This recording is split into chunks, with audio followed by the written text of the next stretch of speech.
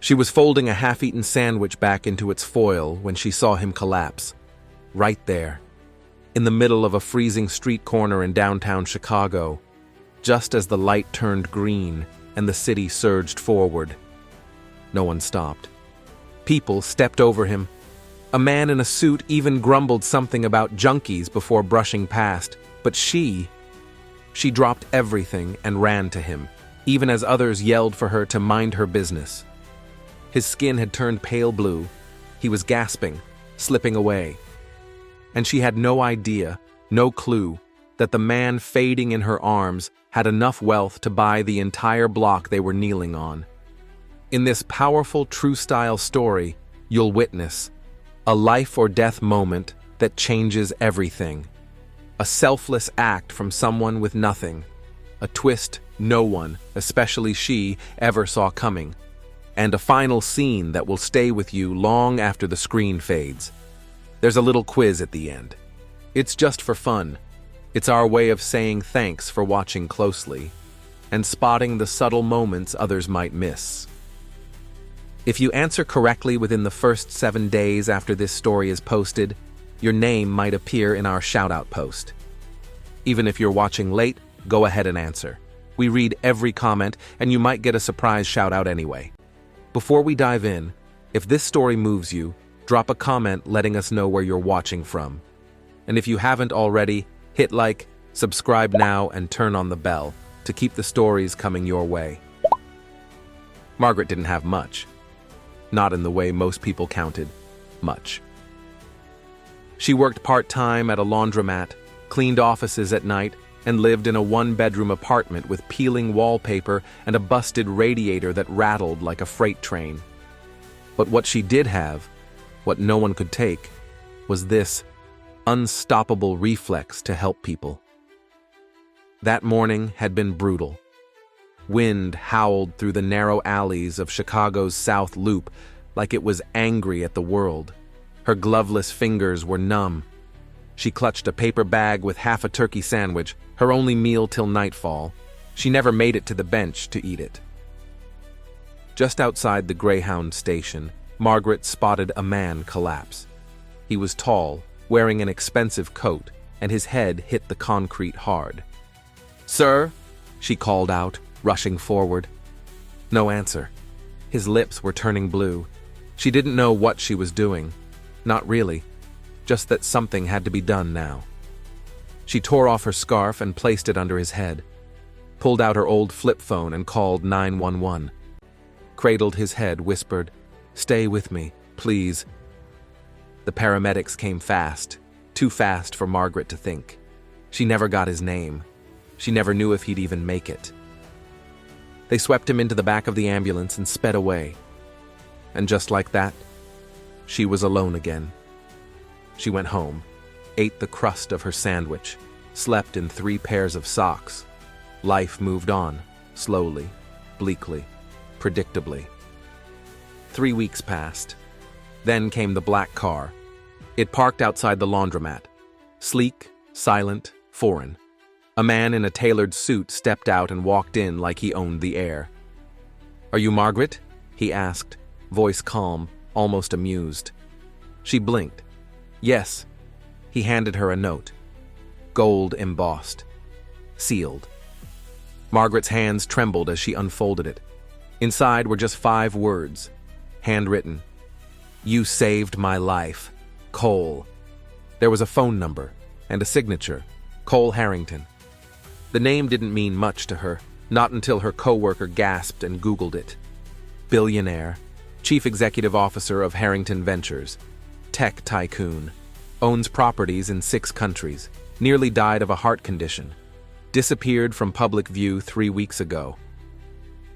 Margaret sat down, hard.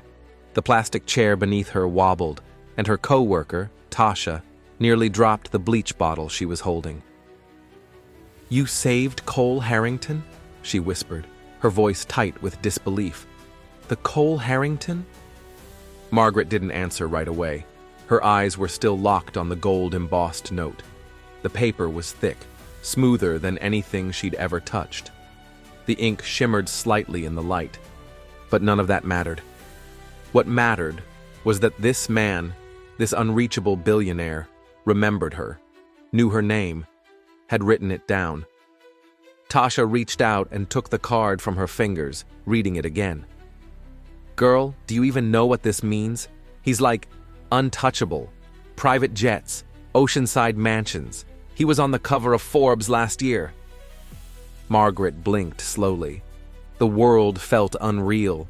Her mind was trying to keep up with something it had never been trained to imagine. She was nobody, a woman scraping by.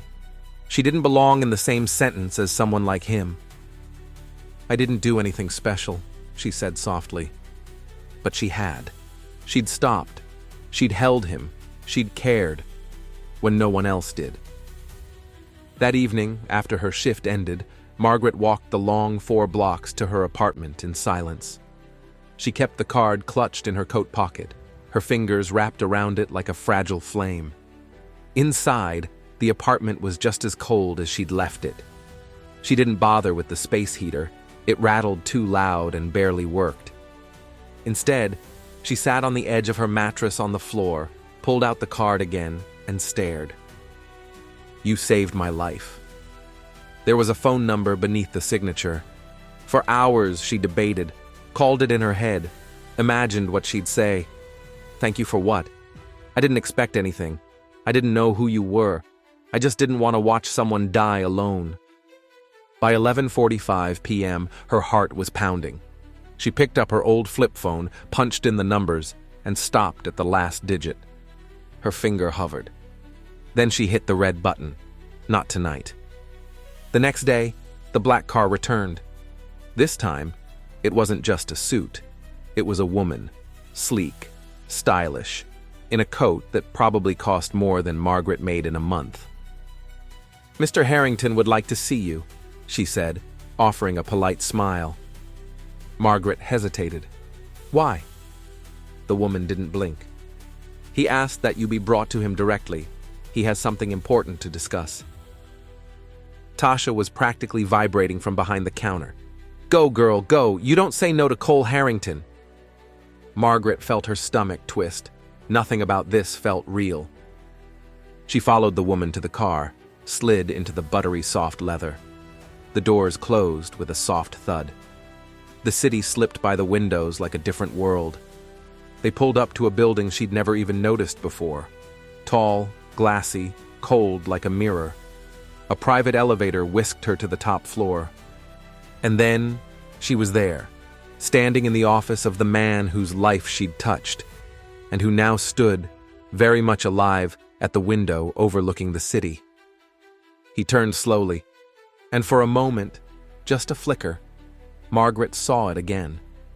That same pale, fading face, the terror in his eyes. But now, he was composed, dressed in tailored navy, watch glinting under the lights. Margaret, he said quietly, you came. She nodded. I almost didn't.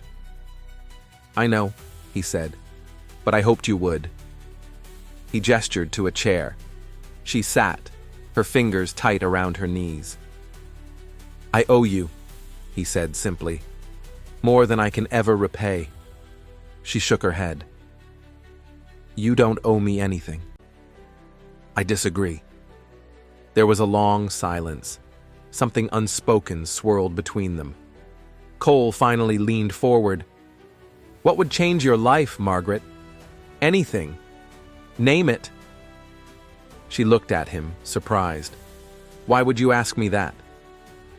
Because you gave me my second chance, he said, voice quiet but firm. And maybe I want to do something that matters with it. Margaret's throat tightened. She couldn't think of anything to say.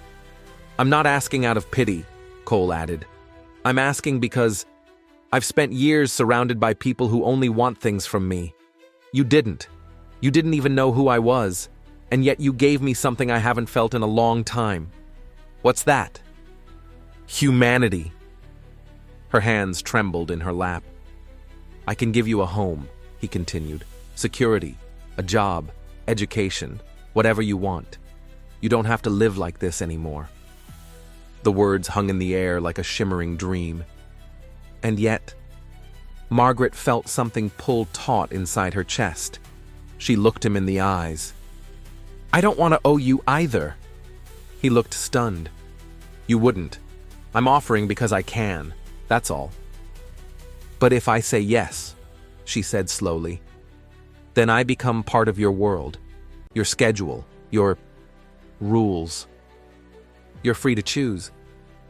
But it wouldn't feel like my choice," she whispered. Cole sat back. The silence that followed wasn't cold, but it was filled with something sharp. Neither one moved. Finally, Margaret stood. "I didn't help you to be rescued. I helped you because you needed help. That's enough for me." He rose too, but slower this time. "Is it?" She nodded. "I think so." They stood inches apart. "You could walk away now," he said, voice quieter. "And I'd respect that, but just know I didn't bring you here to trap you. I brought you here because in a strange way, you reminded me I'm still human too." She gave a faint smile. "Then maybe that's what we both needed." He stepped forward as if to say more, but she was already turning toward the door. That night she lay awake in her cold apartment, staring at the cracked ceiling. The gold card was still on the floor beside her mattress. She didn't throw it away. She couldn't. But she didn't call either. She didn't know what it meant, this strange bond, this invisible thread connecting their lives. But something about accepting anything from him felt like letting go of a part of herself. And she wasn't ready. Meanwhile, Cole sat alone in his penthouse, staring at a photo on his desk. It was old, faded, a boy in ragged clothes clutching a lunch tray, sitting alone at a school cafeteria table. No one beside him. No one even looking his way. He'd been that boy once, invisible, forgotten, until someone, just one person, had stopped, shared a sandwich, said he mattered. Margaret had done the same thing 30 years later, and now he wasn't sure how to reach her, or if he should. A week passed. No calls, no visits. Then one morning Margaret found something at her door. A thick envelope. No name. Just the same gold-embossed seal. Inside was a check. But not just for money. It was made out to a shelter. A women's shelter she used to volunteer at once a week, until she couldn't anymore. There was a note attached. "You said you didn't want help for you, but maybe this is something we can agree on." No signature this time, just a printed name at the bottom. Cole Harrington. Margaret stared at the check. Tears welled up, but she wiped them away roughly. He'd found a way to reach her without crossing the line, without trying to change her life directly. But it still changed something. Deep inside. And yet, neither one called. Neither one wrote. Neither one crossed that next step. Pride, fear, maybe both. Maybe the space between them was safer than the truth of what could be. Then, one afternoon, Margaret saw something strange. A young man in a suit stood near her bus stop. She'd seen him before, always near the laundromat, or around the corner from her building. He wasn't panhandling, didn't look lost, but he was watching. Her. Every few days, always the same silent glance. She told herself it was nothing. Until one day she walked up to him and asked, "Do I know you?" He gave a small smile. "No, ma'am, but I work for someone who does." "Cole?" she asked. He nodded once. "And why are you here?" "Because," the man said quietly, "he still doesn't know why you really walked away." Margaret froze. "I told him," the man added. "Maybe it's not that you didn't want his help.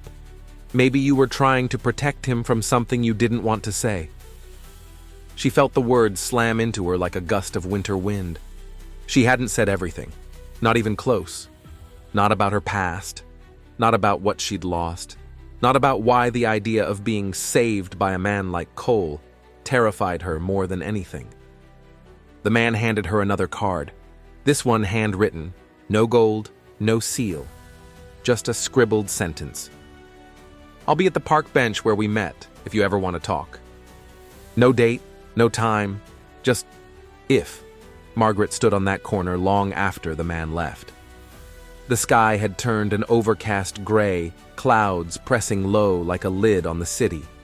Car horns and footsteps blurred around her, but she stayed still, holding that plain white card in her hand like it weighed 100 pounds. I'll be at the park bench where we met, if you ever want to talk. No time, no expectation, just the offer. And that somehow made it harder. It wasn't a demand. It wasn't a grand gesture. It was an open door, one she'd have to choose to walk through. She wasn't used to choices like that. For so long, her life had been shaped by the things she couldn't do, couldn't pay, couldn't fix, couldn't reach.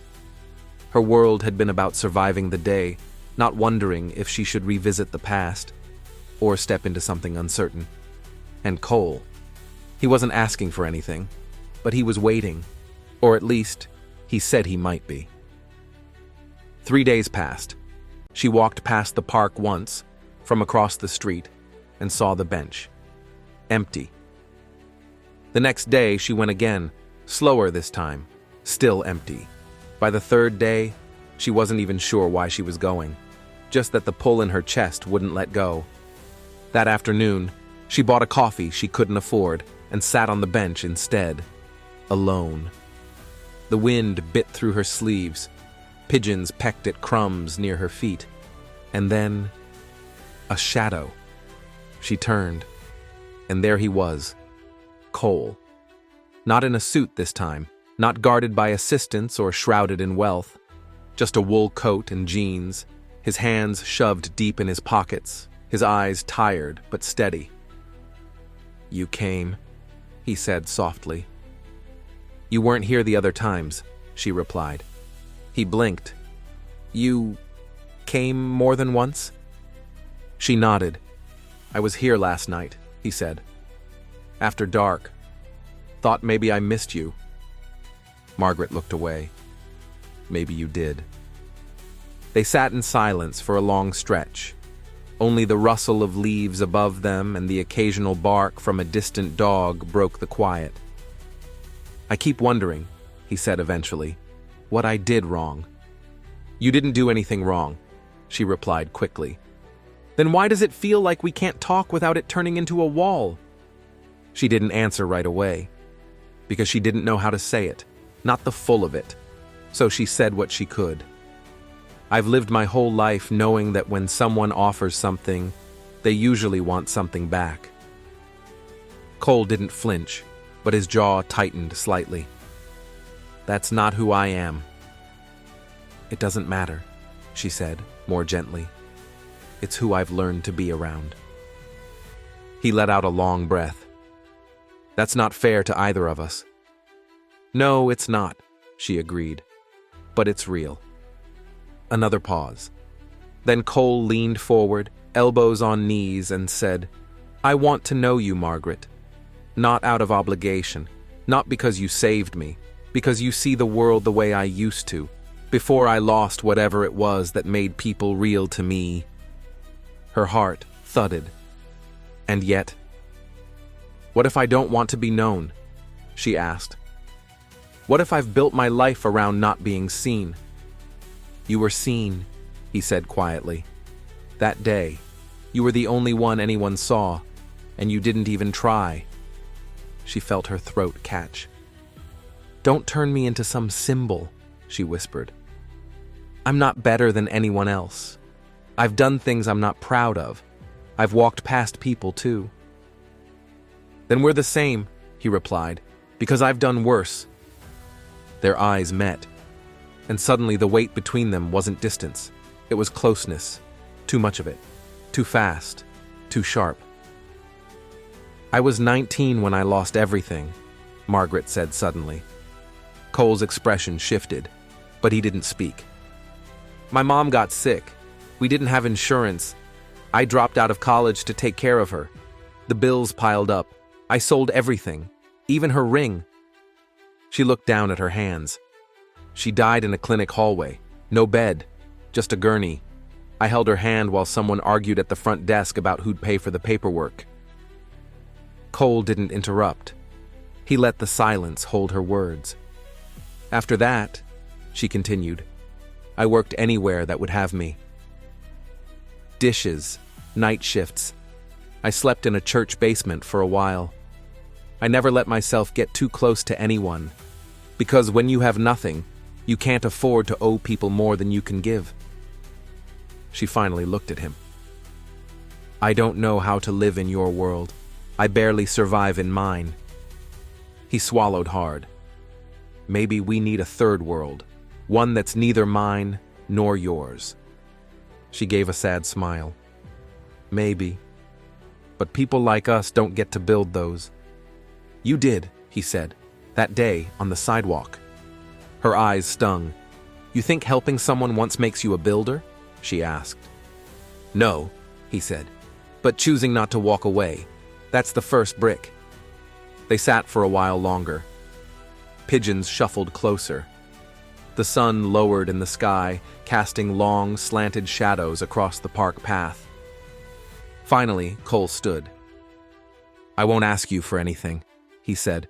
Not your time, not your story, not even your presence. Margaret's breath caught. She didn't like how final that sounded. But if you ever want to come to me, he added, softer this time, not out of gratitude or guilt, but just because you want to. He handed her something. Not a card, not a check. A photo of the bench from that first day. She stared at it, her arms wrapped around him, her scarf crumpled under his head, his eyes, half closed, pale, caught in the light.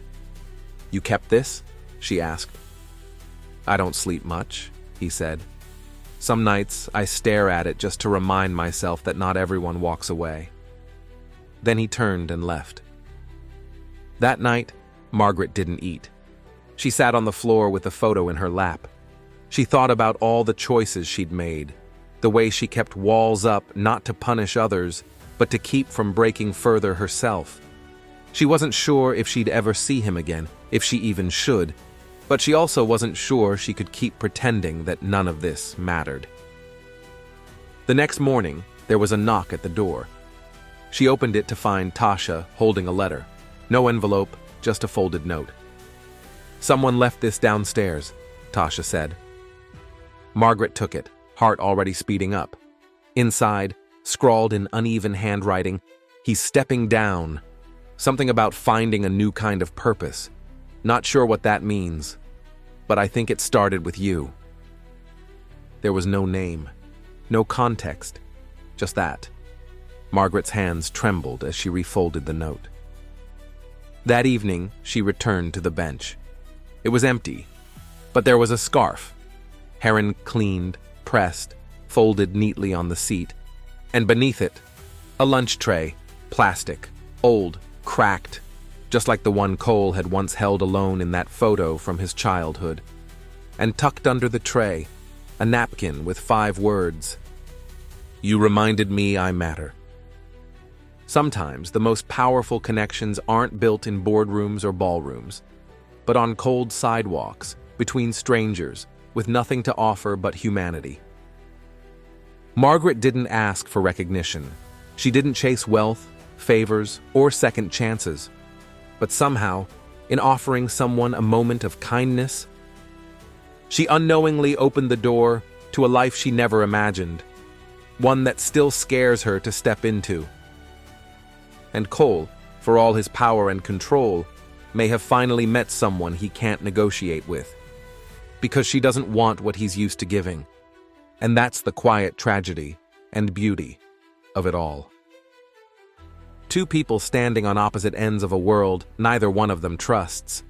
No compromise, no promises, just the ache of something unfinished. The question now isn't what happens next, but whether either of them will risk letting go of who they were to become who they might be. If this story moved you, we'd love to hear from you. Drop a comment below with where you're watching from And don't forget to answer the quiz. If you get it right within 7 days of this video being posted, your name might appear in our official shoutout post. Even if you're watching late, go ahead and answer, and you might get a surprise shoutout anyway. And if you love this kind of emotional story, the next one is already waiting for you. Click the video that show on your screen soon. We'll meet you there. Like, subscribe, and turn on the bell, because we're just getting started. Quiz. How many times did we mention the name Cole Harrington in this story?